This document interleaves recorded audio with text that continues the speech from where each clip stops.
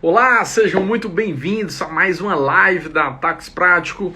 Hoje falando sobre os 7 maiores erros no que tange a legalização de empresas, com meu amigo Samuel Lima, que daqui a pouquinho vai estar entrando por aqui. Seja muito bem-vindo. Mais uma live que a Tax Prático traz para você, sempre com conteúdos muito voltados para a ordem prática, e hoje a gente vai estar tratando mais uma vez sobre legalização de empresas. Vou fixar aqui o tema enquanto as pessoas vão entrando. Até daqui a pouquinho.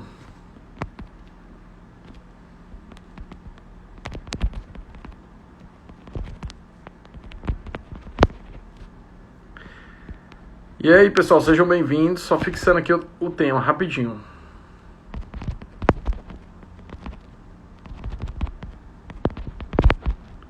Rapidinho, a gente vai receber hoje meu amigo Samuel. Pronto, já coloquei aqui. Vamos fixar. Enquanto o pessoal vai entrando, daqui a pouquinho o Samuel vai estar entrando aqui também na área. Assim que ele entrar, vamos fazer essa conexão.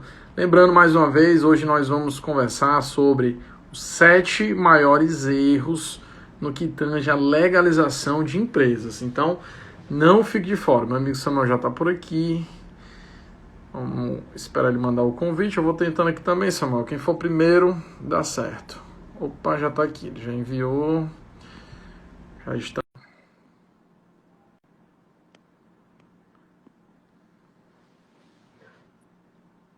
Pessoal já entrando, daqui a pouquinho o Samuel estará conectado com a gente, já está carregando. Meu amigo Samuel, tudo bom? Boa tarde pessoal. Boa tarde, meu amigo. E aí, tudo tranquilo? Na correria de sempre, né? Na correria de sempre, Correrias graças a Deus. boas. Pessoal, Graças a Deus. a gente convidou aqui o Samuel, lembrando mais uma vez, quem segue aqui assiduamente a Tax Prático tem percebido que nos últimos dias nós temos colocado bastante conteúdo no que tange a legalização de empresas, em especial com o meu amigo Samuel, que é um especialista aí na área. Samuel, fala um pouquinho para a gente aí sobre o seu currículo, o que é que você já fez, o que é que faz, para o pessoal que ainda não te conhece conhecer melhor. Bom, eu sou contador, né? Sou bacharel em Ciências Contábeis pela Universidade Federal do Ceará e eu já trabalho com contabilidade desde 2010. Desde 2010, a partir do meu segundo semestre de faculdade, eu comecei a trabalhar e trabalho com legalização de empresas há cerca de 7 anos. Desde ainda o processo antigo da junta comercial, antes mesmo do processo ser digitalizado. Então, venho acompanhando toda essa mudança. Também sou professor universitário, sou professor da Estácio, aqui no Ceará, na graduação e na pós. Sou coordenador de 3 pós-graduação também, em gestão fiscal e tributária, gestão empresarial e gestão financeira e controladoria. E a partir de agora também sou coordenador do curso de Ciências Contábeis na Unidade Parangaba. Então, essas são as minhas atribuições atuais. E também, principal, eu sou consultor tributário na Tax Prático e editor de conteúdo. Então, aqueles conteúdos que o pessoal acompanha lá de legalização, fomos nós, juntamente com a equipe, que produzimos na Tax Prático. Um grande produtor de conteúdo aqui da Tax Prático, né? Sempre tem ajudado muito aí a muita gente. E nas consultorias também, nessa parte, todo o Samuel, um expert. E isso nos chamou a atenção, né? Exatamente porque a gente começou a perceber, havia uma grande demanda, uma procura a respeito dessa questão da legalização. Muitas pessoas têm dúvida, principalmente do ponto de vista prático, de como vai efetivar determinadas mudanças, alterações em contrato social, qual o melhor modelo, até mesmo a questão de modelos, né? Esses modelos da internet às vezes não são tão confiáveis, não estão atualizados com as últimas mudanças, e o Samuel tem toda essa expertise. E aí, pensando nisso, como eu disse, né, nos últimos dias a gente tem feito já aí grandes levantamentos a respeito dessa temática, e o Samuel, se vocês verificarem, já tem 20 vídeos, né, Samuel? Gravados aqui Sim, no IGTV, duas foram séries, né? duas séries, cada um com 10 vídeos. E aí, para você que quer entender mais sobre essa sistemática, a gente já remete, ó. Assistam no IGTV de forma gratuita esses vídeos que estão aí à disposição de vocês. Mas hoje a gente separou uma temática que é bem interessante. A gente percebeu que alguns erros eles acabam se repetindo no que tange à legalização de empresas. E aí eu pedi para o Samuel fazer um levantamento dos 7 maiores erros. Por que os 7 maiores erros, né? Lembrando aí dos 7 erros capitais, né, Samuel? Fazendo aí uma analogia com essa sistemática. Então a gente procurou os 7 maiores erros no que tange a legalização de empresas e vem trazer para abordar aqui com vocês. Aproveitando aqui para mandar os alôs, né? Nosso amigo Adalberto está por aqui também, já mandou um oi aí para o Samuel. Sei que vocês também se dão muito bem, enfim. Vamos lá, partindo aqui, tá? Samuel, pelo que nós listamos aqui, o grande primeiro erro seria na transformação do MEI em ME. O que é que tu pode falar sobre isso? Que erro específico as pessoas cometem e o que fazer para não cometer esse erro, que é o principal? Esse é um erro bem recorrente, que é um erro conceitual, na verdade. Esse termo transformação do MEI em microempresa, ele é equivocado, porque o MEI ele já é uma microempresa. Hoje nós temos 3 divisões quanto ao enquadramento das empresas. Nós temos as microempresas, nós temos as empresas de pequeno porte e temos todas as outras, certo? Então são esses 3 enquadramentos. Então não existe transformação de MEI em ME. O que acontece é o desenquadramento da condição de microempreendedor individual, que é um regime de tributação, certo? Muita gente confunde transformação do MEI em ME e transformação do MEI em empresário, que também é outro equívoco.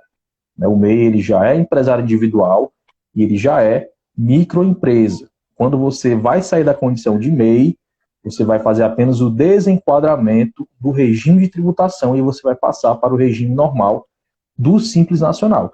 E aí você vai fazer a opção. Você pode continuar como empresário individual, e aí você vai fazer apenas a mudança de razão social na junta comercial, porque o MEI, quando você abre, ele vem com aquele número do CPF lá ao lado, né, do nome do titular, é assim que é composta a razão social do MEI, né, o nome do titular completo, e o CPF lá sem ponto e sem traço. Ou você, então, se você for fazer apenas o desenquadramento, for manter essa pessoa jurídica como empresário individual, faz apenas a mudança da razão social na junta comercial, e aí você vai obter um requerimento de empresário, né? Atualmente a junta comercial ainda está utilizando esse documento, vai haver uma transição para um instrumento de constituição do empresário individual, né? Posteriormente, já tem previsão legal, mas ainda não foi adaptado operacionalmente, né, no sistema. Então, essa é uma opção. Outra opção é você fazer, de fato, uma transformação, mas aí seria uma mudança de empresário individual para a sociedade empresária limitada, né, que é outra opção. Aí sim é uma transformação de natureza jurídica. Você vai tirar o MEI da condição de empresário individual, dessa natureza jurídica, e pode transformá-lo em uma sociedade, admitindo outro sócio ou permanecendo apenas o titular na condição de sociedade empresária limitada unipessoal. Certo? Então, esse termo de transformação do MEI em microempresa não existe. Inclusive, você pode transformar o MEI em sociedade empresária limitada e permanecer como microempresa, ou pode não transformar o MEI, manter ele apenas como empresário individual e também continuar como microempresa.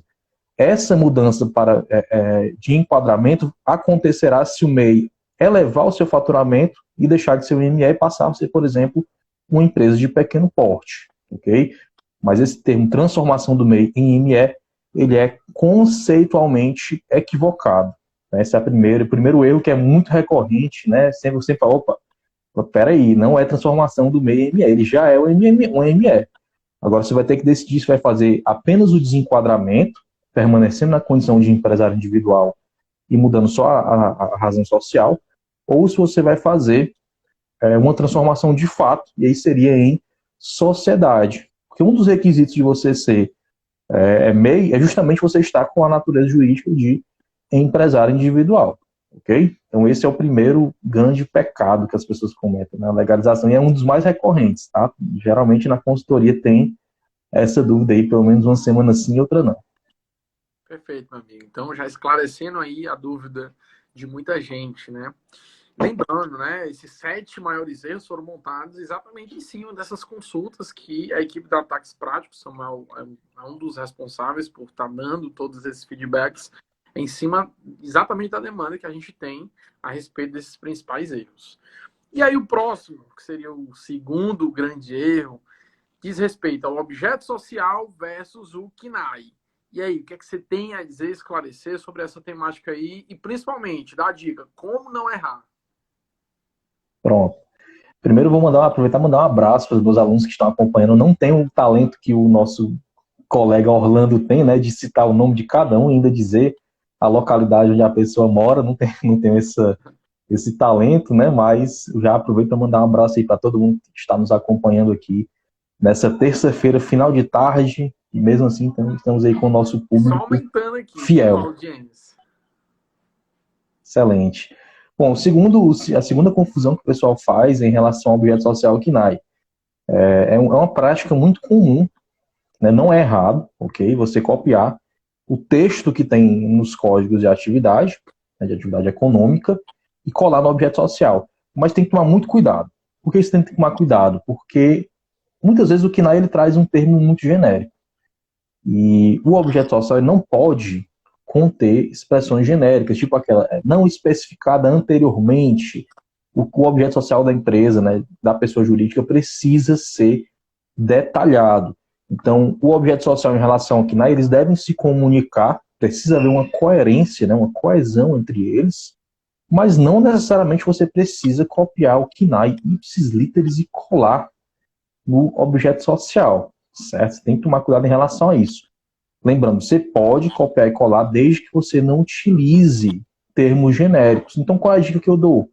Entra no Concla do IBGE, que é onde você faz a pesquisa do KNAI, e verifica a descrição, porque lá embaixo ele dá uma detalhada com todas as atividades que estão contempladas naquele respectivo KNAI.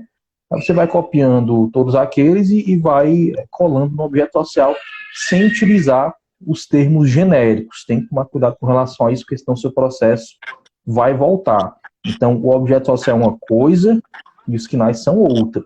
O KNAI, ele meio que é derivado do objeto social. Ele é uma codificação das atividades que aquela pessoa jurídica vai desempenhar que se comunica com o objeto social, mas que não necessariamente você precisa dar lá um Ctrl+C e Ctrl+V. Então, a dica é essa. Leia o que diz os KNAIs e tenta fazer uma ligação com o objeto social sem utilizar nenhum termo genérico, porque o objeto social precisa ser perfeitamente descrito.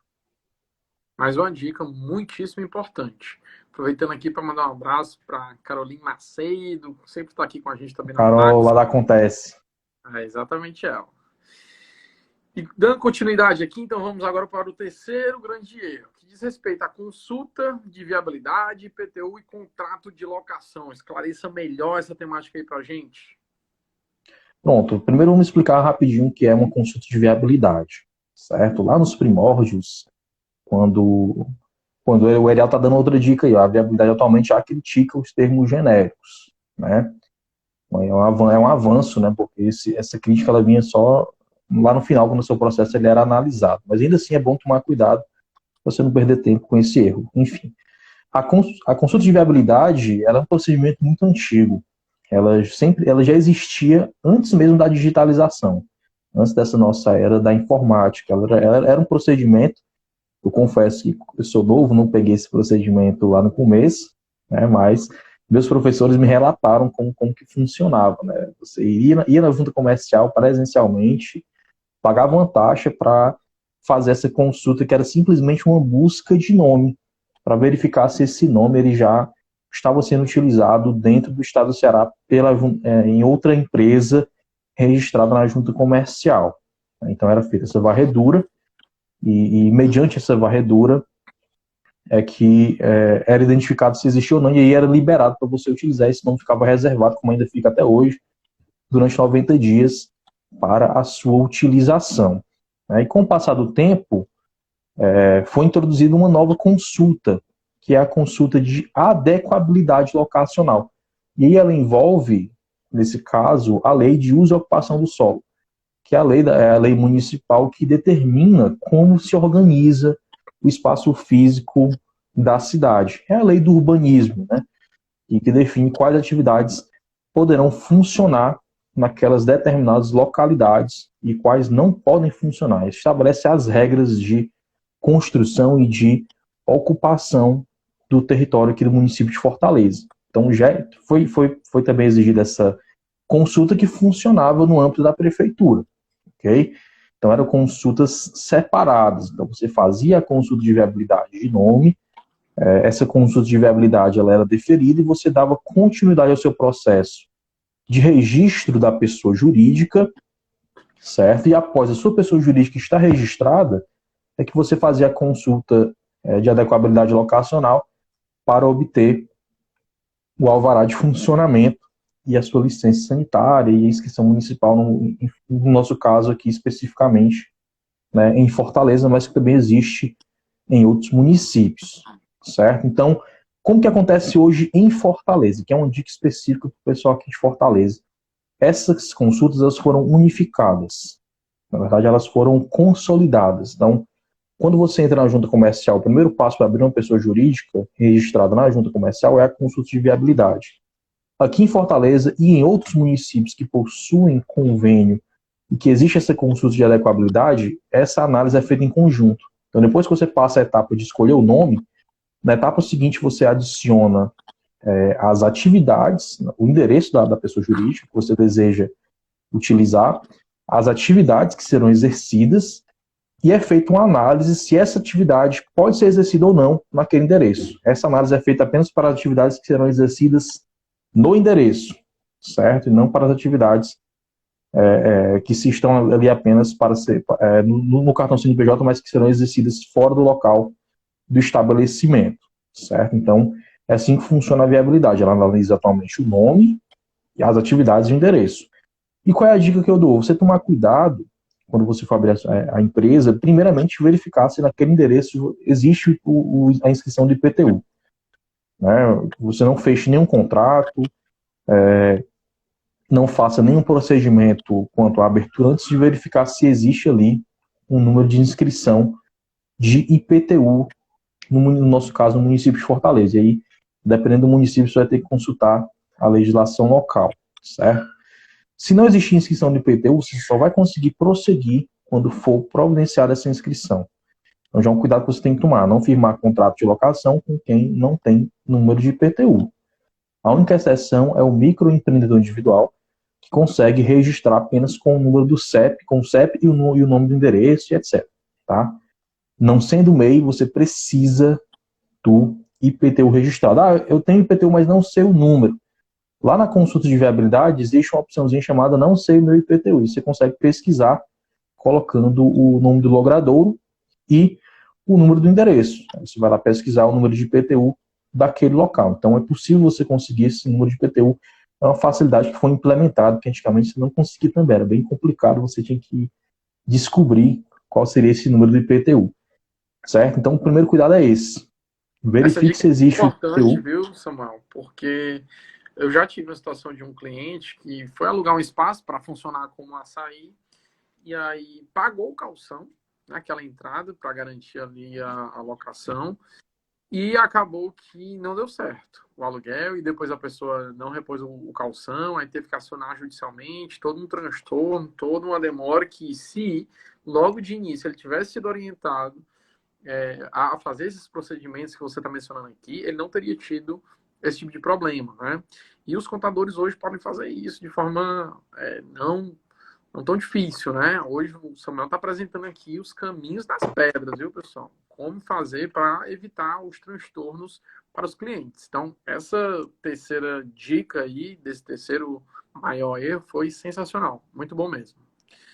E tem mais, viu, Rafael, nesse terceiro erro. Em relação ao IPTU, hoje você pode fazer essa consulta fora da junta comercial.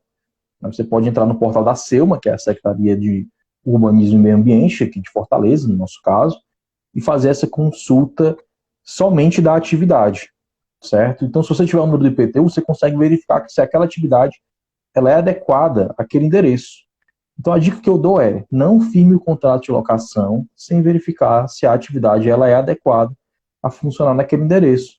Porque se ela não for adequada, você vai ter que tentar por meio de um processo físico, que demora mais, demora 3, 4, 5, 6 meses para sair o resultado, e aí você vai ficar pendurado em um contrato de locação, talvez tendo até uma situação onerosa, que, se for o caso, você vai ter que judicializar para evitar fazer esses pagamentos, sem poder usufruir do empreendimento e obter renda para custear esse contrato de locação, esse contrato de aluguel. Então, antes de abrir a pessoa jurídica, antes de firmar o contrato de locação, peça o número do endereço, pelo menos o nome do endereço para você fazer a consulta de viabilidade, verificar se ela é adequada, se a atividade que você deseja é adequada a funcionar naquele endereço, e aí ela sendo adequada, você vai lá e começa com o restante do procedimento. Por que eu dou a dica de fazer primeiro na Prefeitura de Fortaleza? Porque a análise de nome pode demorar um pouco mais. Demora, se bem que está saindo no mesmo dia, mas pode ser que demore um pouco mais. Então, a da Prefeitura na SELMA, ela sai de imediato. Você deu ok, ele gira lá durante uns 10 segundos, depois já sai o resultado se foi deferida ou não aquela consulta de adequabilidade. E já é uma forma de você ter uma resposta prévia sobre aquela atividade naquele respectivo endereço. Perfeito, meu amigo. E aí, dando sequência aqui para o nosso quarto grande erro, a gente entra na questão da composição do quadro societário no Simples Nacional. Fala um pouquinho para a gente a respeito dessa questão. Pronto. Em relação ao quadro societário no Simples Nacional, é outro cuidado que você deve ter quando você vai abrir a pessoa jurídica, principalmente se você já tiver uma empresa no Simples Nacional. Porque os faturamentos eles são somados. Né? Se você for abrir outra empresa no Simples Nacional, por exemplo, o faturamento das duas empresas será somado para fins de enquadramento como empresa do Simples Nacional. Se você for abrir outra empresa que não seja do Simples Nacional, que você seja sócio com mais de 10% de participação, também será somado o valor do capital. Se você for administrador da outra pessoa jurídica, sendo sócio ou não, também já vai ser somado. Então, você não precisa nem ser sócio da empresa. E aí, essa dica é especialmente para o pessoal que tem empresa de contabilidade. Geralmente, os escritórios de contabilidade são optantes pelo Simples Nacional. E tem muita empresa de contabilidade que presta o serviço para os seus clientes e, por questões de facilidade em relação ao banco, em relação a documento, firmar contratos, etc., é comum que o contador ele seja administrador de outras pessoas jurídicas, ainda que não seja sócio. Então, tem que tomar cuidado. Se a outra pessoa jurídica for ou não do Simples Nacional, você sendo administrador, esses faturamentos serão somados para fins de enquadramento. Então, se somar os faturamentos e ultrapassar os 4 milhões e 800, mesmo se a outra empresa que você é administrador não for do Simples Nacional, a sua empresa será desenquadrada. Então, tome muito cuidado quando você for entrar no quadro como administrador, até mesmo como procurador é bom tomar muito cuidado. Já vi situações em que o profissional, né, o contador, ele era apenas procurador da outra pessoa jurídica e ele foi considerado como equiparado a administrador, que a lei do Simples Nacional ela fala administrador ou equiparado. Né? Então, ela já deixou aí uma margem em que vai ser feita uma análise subjetiva.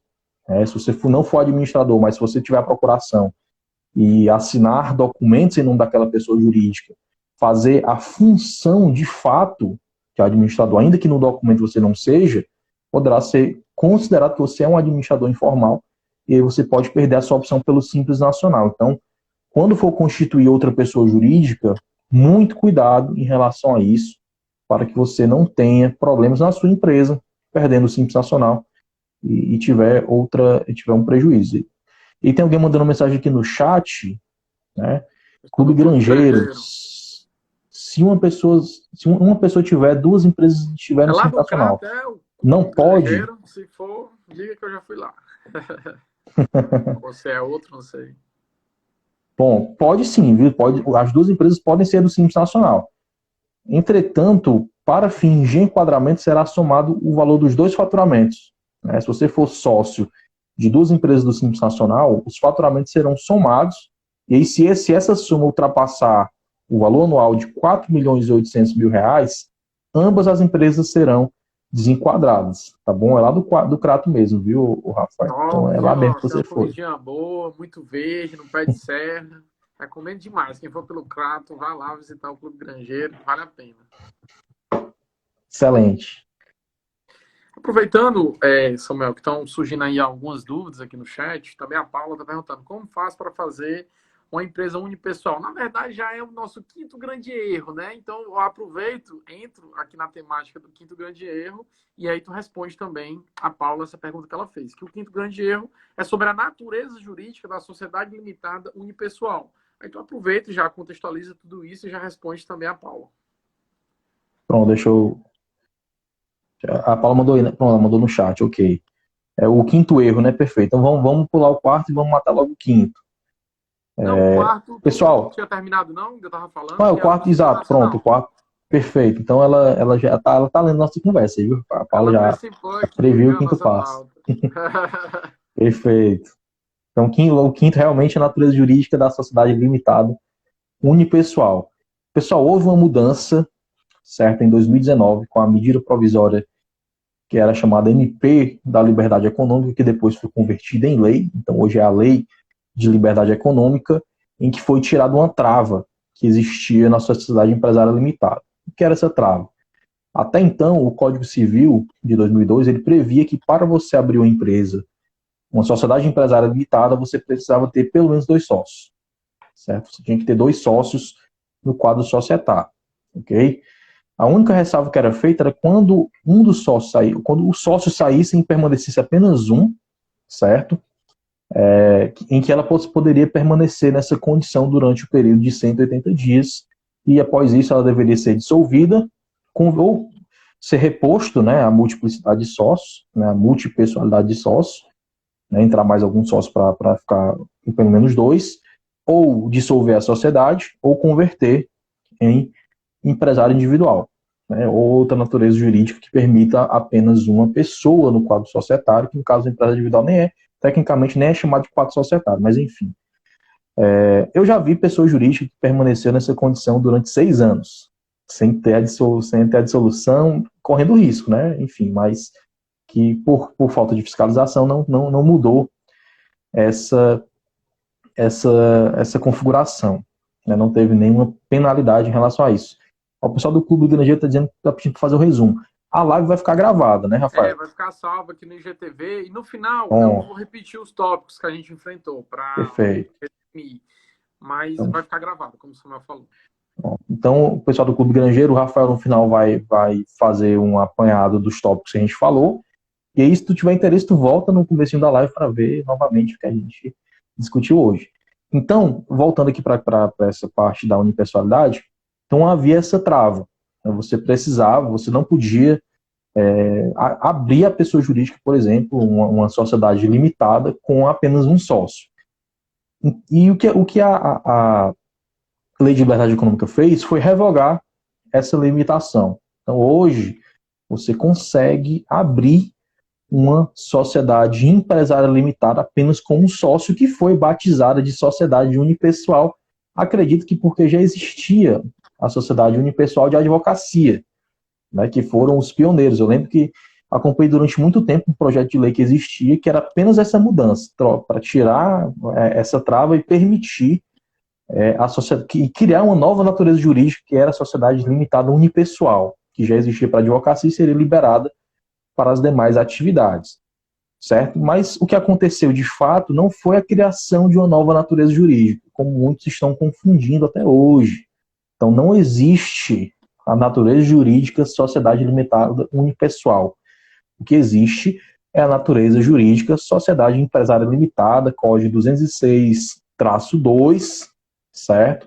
E que agora tem a autorização de permanecer por tempo ilimitado na condição de unipessoalidade, inclusive desde a sua abertura. Então, a junta comercial não pode exigir nenhuma condição adicional. Muita gente acha que deve incluir alguma cláusula específica, alguma determinação, inclusive no nome. Isso não existe, viu, pessoal?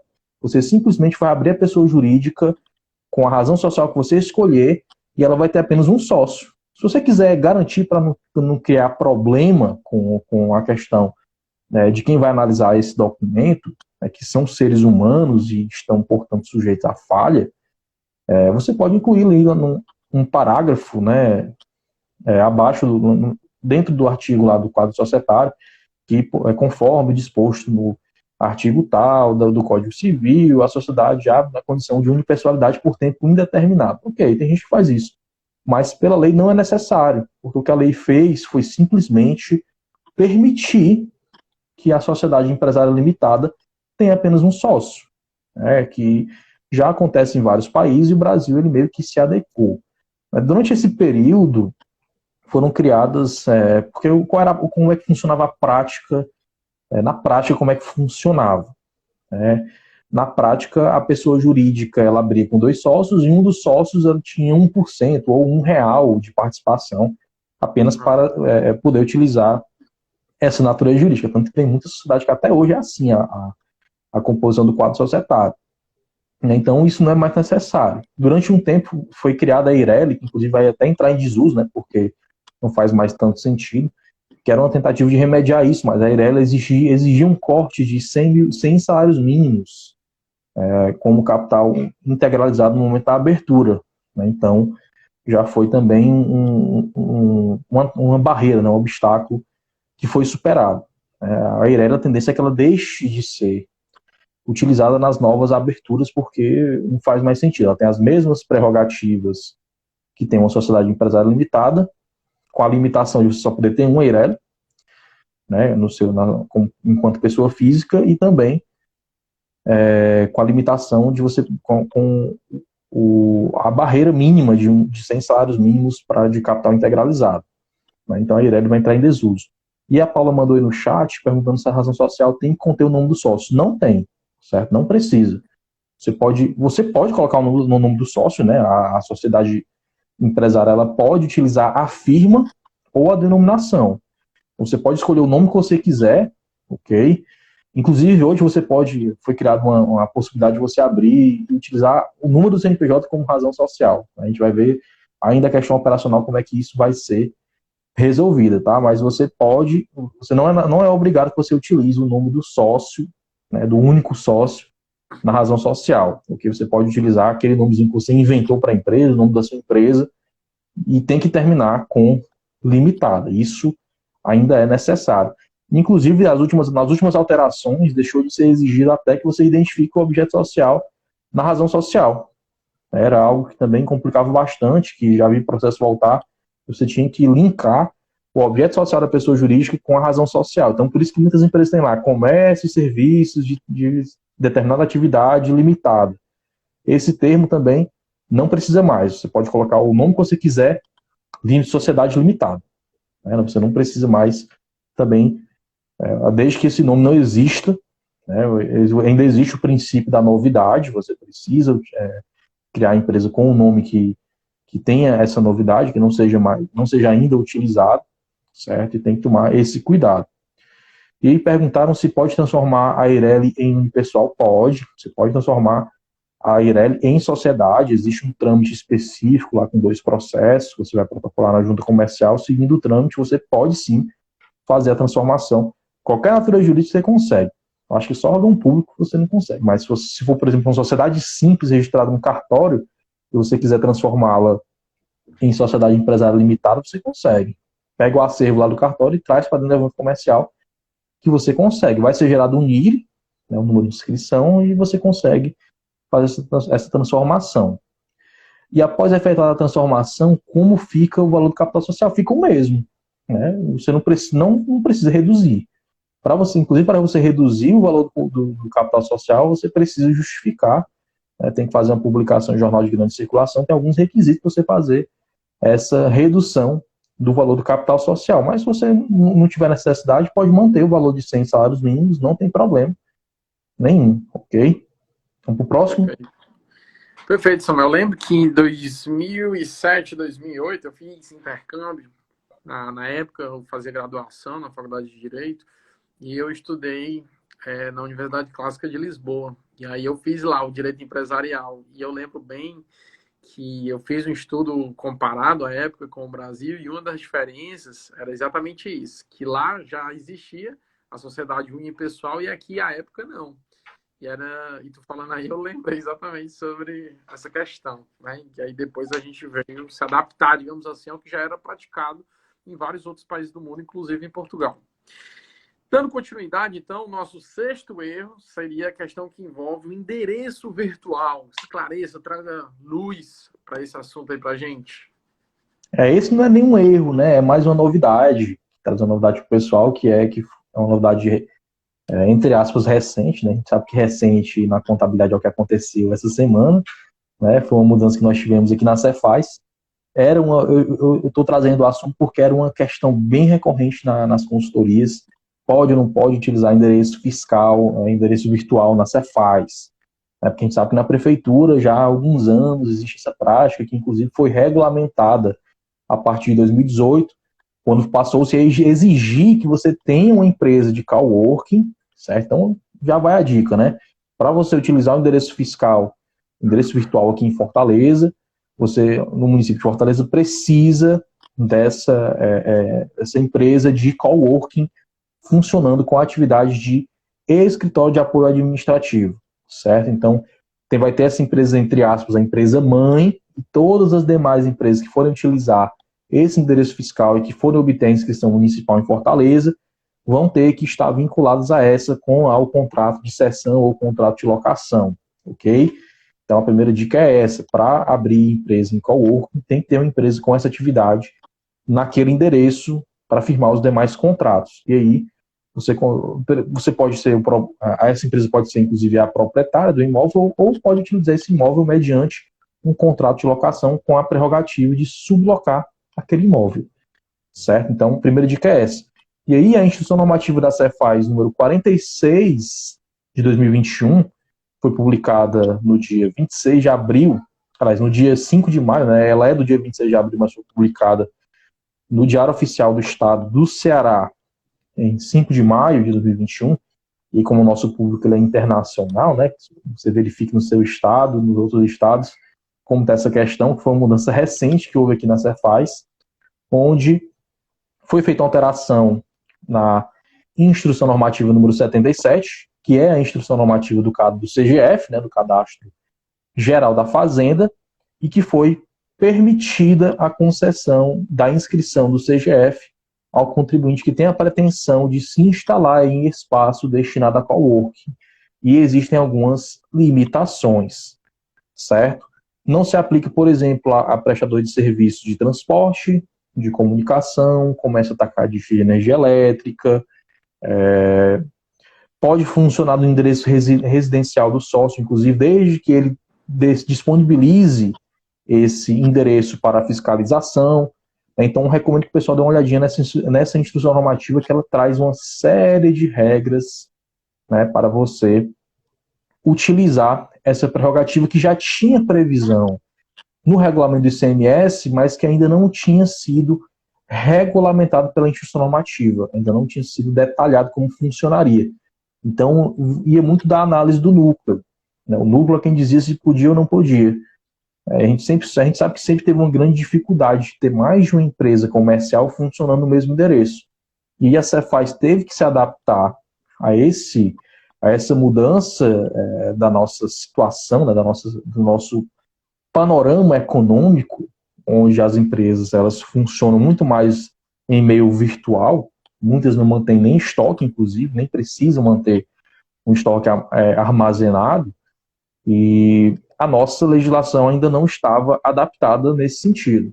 Então foi feita essa mudança e hoje as empresas podem funcionar, pode funcionar mais de uma empresa naquele mesmo espaço. Então foi uma mudança interessante, inclusive a Cefaz, isso, foi uma grande evolução, e a Cefaz, inclusive, adota a mesma regra da prefeitura, né, de ter uma empresa fornecendo aquele espaço, utilizando o CNAE 82.11.300, que é o CNAE do Serviço Combinado de Escritório e Apoio Administrativo. Então, se a sua atividade, se você tiver uma loja virtual, por exemplo, e você não quiser colocar o endereço da sua casa, você pode utilizar esse coworking e indicar o seu endereço de residencial como o local onde você guarda, onde você armazena a mercadoria. Eu já cheguei a ver situações anteriores onde a empresa ela era um comércio atacadista de tampinha. Vendia um negócio bem pequenininho que você guardava em uma gaveta. E a Cefaz exigia que você tivesse um armazém para você guardar um estoque que cabia na gaveta do escritório. Então essas situações elas essa situação, a sociedade vai evoluindo, vão sendo feitas essas mudanças, e finalmente a Cefaz ela se adaptou, e hoje nós temos aí a possibilidade, né, nós temos a segurança, né, a possibilidade já existia, mas você ainda tinha que argumentar, era mais complicado. Agora você tem a segurança aqui no Ceará, né, de utilizar o coworking para atividade comercial. Perfeito, meu amigo. Tem gente me perguntando no chat alguma coisa, deixa eu ver aqui. Tem uma da Acas Contabilidade. Exatamente. Capital social. Boa tarde. Capital social. Conter centavos na distribuição? Poderá, sim. Agora você vai depender da quantidade de cotas, certo? Do valor da cota. Se a cota tiver um valor fracionado, o capital pode ser fracionado. Ok? Pode ter centavos na distribuição entre os sócios, sim. Agora não pode ter meia cota. Agora, por exemplo, o valor da cota pode ser R$1,50. Não é comum, não é usual, mas pode acontecer. Você coloca o valor da cota em si, fracionado e o valor da participação do sócio fica em centavos. Pode acontecer. Né? Perfeito, Samuel. E o nosso 7º ponto diz respeito ao uso da procuração. Esclareça mais para a gente aí a respeito dessa questão. Pronto, essa questão da procuração é uma situação que veio à tona, principalmente agora com o registro digital, certo? Antes do registro digital era bem incomum a utilização de procuração, agora se tornou uma situação bem comum. Como é que funcionava antes? A assinatura ela era física, então o sócio assinava, não precisava nem de reconhecimento de firma, e você dava entrada na junta comercial, né? E aí você conseguiria fazer o registro da sua pessoa jurídica. Eu acho que é um complemento à pergunta anterior. Eu não tenho notícias de que a junta comercial tem voltado o processo por conta de valor de capital social dos sócios fracionado, né, em centavos, tá bom? Mas se você tiver uma situação como essa que puder nos enviar no privado, a gente pode verificar, ok? Dentro da lei, um argumento para você se defender e argumentar com o analista, tá? Então, voltando à questão da procuração. Antes do registro digital, antes da digitalização total dos processos como nós temos hoje, era feita a assinatura física, sem reconhecimento de firma, onde você assinava normalmente o contrato social ou o ato constitutivo, dava entrada na junta comercial, junto com aqueles outros inúmeros documentos, que hoje nada disso é necessário. Né? Aí foi feita uma mudança. Né? Foi implementado o registro digital, que eu cheguei a utilizá-lo antes de ser obrigatório, quando ele ainda era opcional. Eu achei muito burocrático, fiquei até um pouco assustado quando ele passou a ser obrigatório, mas eles fizeram adaptações e melhorou a questão do registro digital. Então, atualmente, para você registrar uma pessoa jurídica, o processo precisa ser assinado por procuração eletrônica. Desculpa, por certificado digital, certo? Ele precisa ser assinado por certificado digital emitido em uma das certificadoras, ok? Então, por conta disso, e pelo valor do certificado digital, muitas pessoas passaram a adotar a procuração. E aí a junta comercial, entre aspas, deu uma colher de chá, porque ela não exige aquela procuração pública que é feita no cartório. Inclusive, aquela procuração pública que é feita no cartório, você precisa manter o registro dela na junta comercial em um processo específico. Né? Tanto que quando você vai registrar o processo, ele pergunta se ele é assinado ou não por procuração. Se você disser que sim, ele pede o número do processo da procuração. Tá? Então, já a dica, se você for utilizar a procuração particular, que é aquele modelo que a junta comercial disponibiliza, você vai indicar o outorgante ou os outorgantes e o procurador, né, o outorgado, vai assinar de acordo com o modelo, né, pelos poderes que lhe foram designados, e vai reconhecer a firma no cartório, aquela procuração você deve marcar a opção que não, ok? E qual é o cuidado que eu indico? Talvez não seja interessante você fazer o seu cliente economizar esse valorzinho de aí R$150 ou o valorzinho de 130, né, porque vai ter que reconhecer a firma, e fazer a assinatura desse documento. E quando você assina um documento como procurador, o seu nome estará lá, representando aquela pessoa. Então, principalmente se for um cliente recente, que você ainda não conhece, que você ainda não tem tanta afinidade, o Rafael pode até falar melhor do que eu enquanto advogado, você assinar aquele documento enquanto procurador e aquela empresa estiver envolvida em alguma fraude, seja fraude licitatória, fraude com o governo, ou mesmo uma fraude entre os sócios, você está correndo um risco, que você está ali representando aquele sócio enquanto signatário do documento. Então, qual é a dica que eu dou quando tiver mais de um sócio? Quando for uma sociedade unipessoal, peça para a pessoa fazer o certificado digital.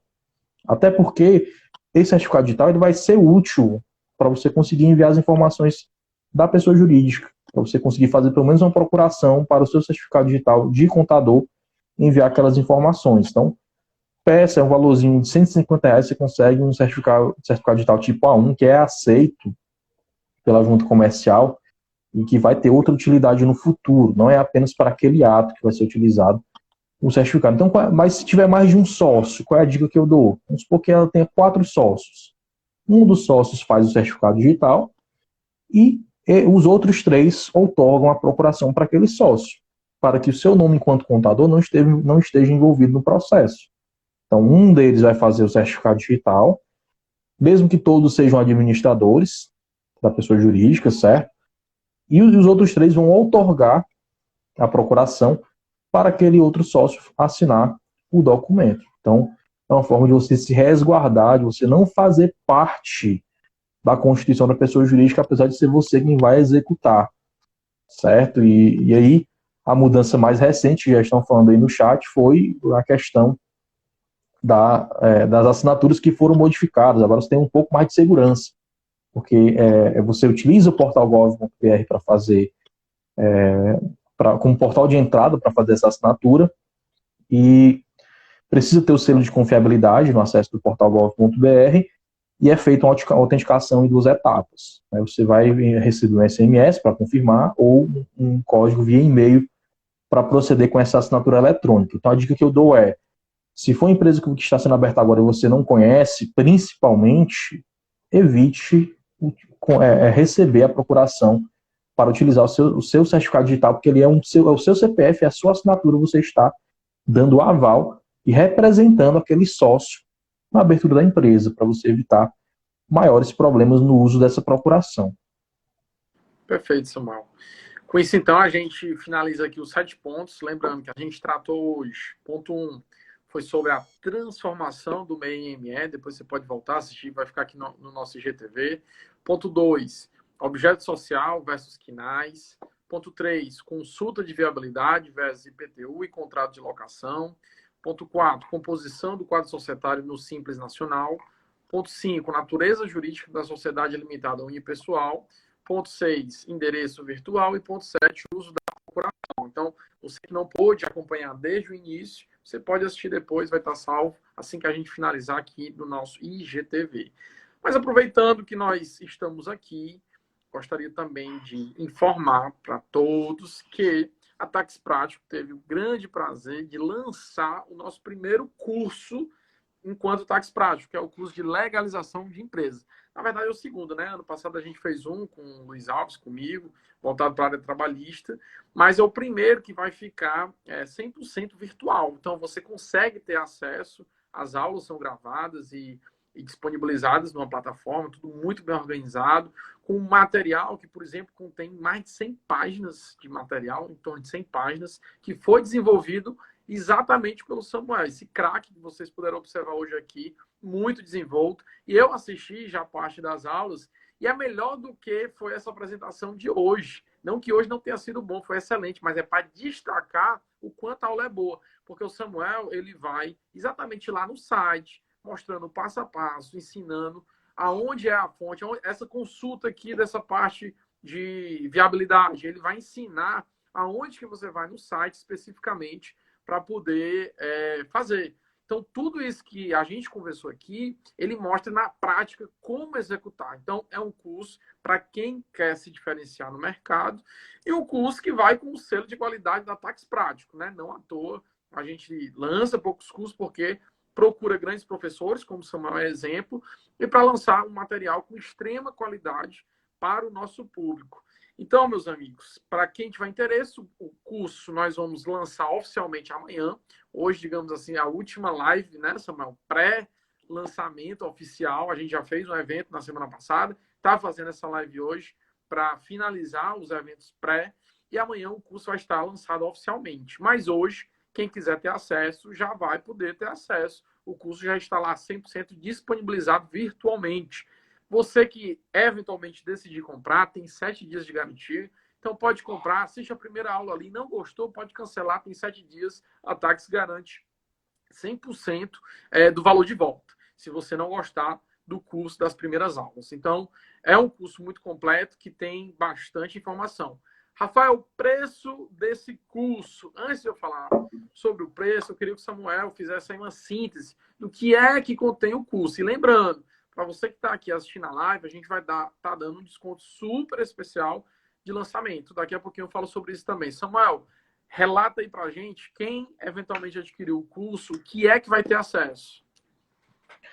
Bom, o curso, pessoal, ele é dividido em 4 módulos, certo? Com os principais procedimentos de abertura, alteração e fechamento da pessoa jurídica, certo? Esses são os 3 primeiros módulos. E um módulo especial, que é o 4º módulo, que é direcionado para quem quer trabalhar com microempreendedor individual. Então, é ideal para quem está começando na profissão, para quem quer adicionar esse serviço no seu portfólio, para quem quer treinar um profissional para exercer aquela função. Eu, quando comecei a trabalhar, eu tive que aprender na marra. Se eu tivesse tido um curso desse naquela época, tinha sido muito mais fácil, tinha sido bem mais rápido, eu tinha conseguido desenvolver as habilidades. Então, é um manual em vídeo, onde você vai ter ali uma pessoa lhe orientando na hora que você quiser. Então, basicamente, é isso, é assim que funciona. Vão ter modelo, Samuel? Vai ter modelo de documento, então o pessoal que vive perguntando, cadê aquele modelo da transformação do MEI em sociedade empresária limitada, aquele modelo de constituição da sociedade empresária limitada como sociedade unipessoal, né, para você ter segurança nos seus procedimentos, que são modelos que nós utilizamos no nosso dia a dia, que são utilizados pelos escritórios de contabilidade. Né? Então, a aula ela é muito dinâmica e ela é na prática. A gente faz uma breve introdução em vídeo, com aspecto mais teórico, e já entra no procedimento dentro dos portais do governo. Então, a gente fazendo uma abertura de empresa dentro do portal do Junto Comercial, dentro do portal da Receita Federal, dentro do portal do Registro Digital, da Rede Sim. Então, é uma simulação de um ambiente real, com o procedimento dentro do sistema, e você vai vendo ali o passo a passo, a gente explicando o que significa cada preenchimento, quais são os cuidados que você deve tomar para você abrir a sua empresa, para você atender aos seus clientes. Então, para quem está começando, ou para quem já é experiente, mas precisa oferecer esse treinamento,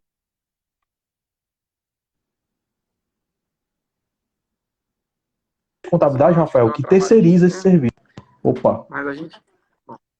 Pronto, tem muita empresa de contabilidade que terceiriza. Mas voltou. Pronto, tem muita empresa de contabilidade que terceiriza esse serviço de abertura de empresa, então é uma forma de você colocar dentro do seu portfólio e você mesmo oferecer. Né? É um setor que gera muita renda extra para o escritório durante os meses. E muitas vezes, né, você traz para dentro de casa, né, Samuel? A pessoa lhe procura para abrir a empresa, mas ela vai precisar de uma contabilidade, né? E aí você já começa, desde aí, a ter uma relação, enfim, dá tudo certo. E agora você perguntou aqui, aí fica disponibilizado por quanto tempo? Por um ano. Então, é um tempo, assim, bem elástico, que você vai poder ter acesso, vai poder assistir, reassistir. O curso, ele tem em torno de 3 horas aulas. É ideal, como ela colocou aqui, para novos funcionários, para você fazer esse treinamento, colocar uma pessoa específica para fazer. Rafael, e o custo desse curso, com selo de qualidade Tax Prático, que vocês já conhecem? Esse curso, ele vai sair com um valor que a gente escalonou em lotes. O preço final vai ser R$ 394. Mas, no primeiro lote, ele vai estar com 40% de desconto e vai sair por 200 e alguma coisa. R$ 216, salvo engano. Por que eu não decorei esse número? Porque para quem está aqui na live hoje, a gente tem um super desconto que é válido só para o dia de hoje, que vai ser com 50% de desconto, que é exatamente o desconto de pré-lançamento do curso. Então, só para o dia de hoje, até a meia-noite de hoje, a gente vai estar dando esse super lançamento com 50%. Qual é o valor que vai ficar no final? R$ 197. Se você quiser parcelar em 4 vezes, você pode parcelar lá o valor de R$ 197. Samuel, R$ 197, o investimento que você faz num curso desse para a sua equipe é fenomenal. É um jantar do Samuel aí numa sexta-feira, quando ele leva a mulher para sair. Então, deixa de sair No aí. primeiro processo, Rafael, no primeiro processo você já consegue pagar pelo menos 3 cursos desses, só com o seu ganho enquanto profissional. Exatamente. Eu conheço muitos contadores, né? Eu sei de contadores que cobram, por exemplo, um salário mínimo para fazer uma abertura de empresa. Tem outros que cobram meio salário. Em qualquer das hipóteses, o custo já está pago. Você fechou uma empresa, você já consegue pagar o valor desse curso. O Barbosa ali me perguntando aqui, pode ser parcelado? Pode sim. Meus amigos, qual é o cupom de desconto? Aí eu não vou falar para vocês. Eu vou dizer o seguinte, quem tiver interesse, manda um direct aqui para Táxi Prático, e aí lá no direct a gente vai informar qual é o cupom de desconto. Na hora que você for preencher, o link hoje de acesso, você consegue ir lá na Táxi Prático, na nossa bio, já está lá disponibilizado, você clica no link constante na bio, vai ter o curso. Aí vai estar lá o valor normal, que é R$ 394. Com o cupom de descontos que nós vamos te fornecer, que vale hoje até meia-noite, você vai ter 50% de desconto. Ah, Rafael, não sei se eu quero comprar agora, não tenho certeza. Na pior das hipóteses, compra, garante um desconto, assiste a primeira aula, se você não gostar, você pode cancelar e recebe 100% do valor de volta. Você tem 7 dias para desistir da compra. Então, garante esse 50%, porque sai por R$ 197. A partir de amanhã vai estar rodando, vocês vão ver nas redes sociais da Táxi, o valor de primeiro lote, que vai demorar aí 15 dias, a gente vai deixar aberto com 40% de desconto. Então, amanhã você já não consegue esse 50% de desconto. O 50% é só hoje. E lembrando, você tem 7 dias para poder assistir, dizer se gostou ou não e eventualmente cancelar. Mais uma vez reforçando, o curso está muito completo. Apesar de ser 3 horas aulas, como é só o professor falando, o Samuel, e interagindo com a página, é algo bem profundo, bem consistente e que é tratando especificamente sobre aquilo que é o dia a dia da legalização de empresa. E qualquer outra dúvida que você tiver, você pode mandar para a gente aqui da Táxi Prática, a gente vai estar também lhe atendendo. O acesso é através de senha, você vai fazer um cadastro, é uma plataforma vinculada à Hotmart, você vai colocar o seu login, vai ter acesso lá a todos os vídeos, a todo o material, e você vai conseguir acessar por qualquer notebook, exatamente, notebook, computador, qualquer lugar que tem internet, você consegue acessar e poder assistir. Se você quiser assistir em mais tempo, você pode acelerar. Você vai clicar lá para assistir mais rápido, pode, não tem problema nenhum. Apesar de eu recomendar, o professor Samuel já fala, vocês acompanharam aqui, a didática dele é muito boa, e ele consegue falar de forma bem pausada, explicando de forma bem compreensível. E esse curso está sensacional, meus amigos, pelo diferencial que é exatamente ensinando na prática, aquilo que você vai fazer na prática. Então, por um valor menor do que um jantar da sexta-feira, você consegue adquirir esse curso e capacitar ou você ou a sua equipe e acrescentar, como o Samuel falou, ao seu portfólio mais esse serviço. Barbosa Lima perguntando aqui, pelo celular consegue acessar? Consegue também. Apesar de que eu recomendo sempre pelo computador, acho que é melhor. Mas você consegue também acessar pelo celular. Tá na academia, bota aqui o fone, quiser ficar ouvindo, ok, não tem problema nenhum. Dá para acessar também, tá?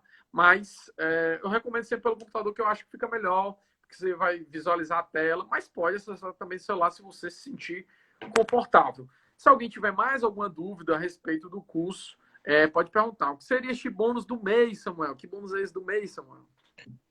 Não é um bônus, é um módulo que a gente direcionou especificamente, especial para o pessoal que quer começar a trabalhar com o MEI, né, que vai dar abertura até todos os procedimentos que você precisa saber em relação ao MEI, no que diz respeito à constituição do microempreendedor individual. Tá? Então, se você, é um módulo específico para quem deseja trabalhar com abertura, alteração, extinção do microempreendedor individual. Perfeito. E como bônus vão ter aí a questão dos modelos. Acho que são 20 modelos, Samuel? De contratos, de alterações, enfim. E são mais de 20 modelos, e aí o pessoal que for se inscrevendo durante a semana a gente já vai enviar pela plataforma para o pessoal aproveitar. Tem um e-book de 100 páginas que você falou, e no e-book nós temos o passo a passo dentro do livro de 2 procedimentos, além dos principais conceitos que o pessoal precisa entender também sobre legalização. Então, tá muito completo o curso e todo voltado para a prática. Então, maravilha. Meus amigos, está aí todas as informações. Quem quiser mais informação, pode clicar no link constando na nossa bio. Aí vai estar lá, curso legalização. Você clica, vai ter toda uma página de apresentação, dizendo quais são os diferenciais, vai estar reforçando aqui as qualidades do meu amigo Samuel. Então, toda dúvida que você tiver, pode mandar. E para aproveitar esse desconto de 50%, que vai só até hoje à meia-noite, manda direct agora aqui para Táxi Prático, dizendo, eu quero o desconto, que aí a gente já vai passar para você o código do desconto para você colocar no link lá onde tem a compra, tá? Você vai ter um espaço lá, cupom, e aí você vai colocar esse cupom para ter esse desconto de 50%. Se você quiser comprar amanhã, já vai ser de 40%, que é o do primeiro lote, que vai durar 15 dias. Depois de 30%, que é o do segundo lote, que é mais 15 dias para frente. Então, quanto antes você adquirir, e aí eu reforço, você tem 7 dias de garantia, você tem 7 dias para desistir. Então, quanto antes você adquirir, maior vai ser o seu desconto. Esse desconto de 50% só até hoje, à meia-noite. A partir de amanhã, vai começar a rodar, você vai ver nas nossas redes sociais, o desconto é de 40%. Então, aproveitem. Quem quiser assistir a live completa, pode assistir, pode voltar. Assim que finalizar, a gente já vai disponibilizar e você vai ter acesso aqui no nosso IGTV. Beleza, meus amigos? Rafael, não tenho condições ainda de adquirir o curso. Não tem problema. Até você ter essa condição, lembrando que ele pode ser parcelado, tá? Em até 4 vezes. R$ 197 em até 4 vezes. O cinema, que agora voltou a abrir, né? Você vai deixar de ir aí durante o final de semana, né? O cinema com a pipoca. Enfim, então tá muito acessível o curso e o material de alta qualidade. Lembrando, se mesmo assim, não, Rafael, estou sem condições, está difícil agora o momento. Pessoal, nós temos 2 séries com 10 vídeos do Samuel que dá muitas dicas. Então, a Táxi Prático quer qualificar você. Então, tem muito conteúdo gratuito aqui no nosso IGTV que você pode consultar e você pode se qualificar. Agora, é claro, você tendo um certificado Táxi Prático, que você é expert em legalização de empresas, isso já vai fazer uma grande diferença no seu currículo, uma grande diferença para você fechar com seus clientes. Meu amigo Samuel, acho que era isso. Nosso recado aí está dado. Lembrando, quem quiser garantir esse desconto de 50% é hoje até meia-noite.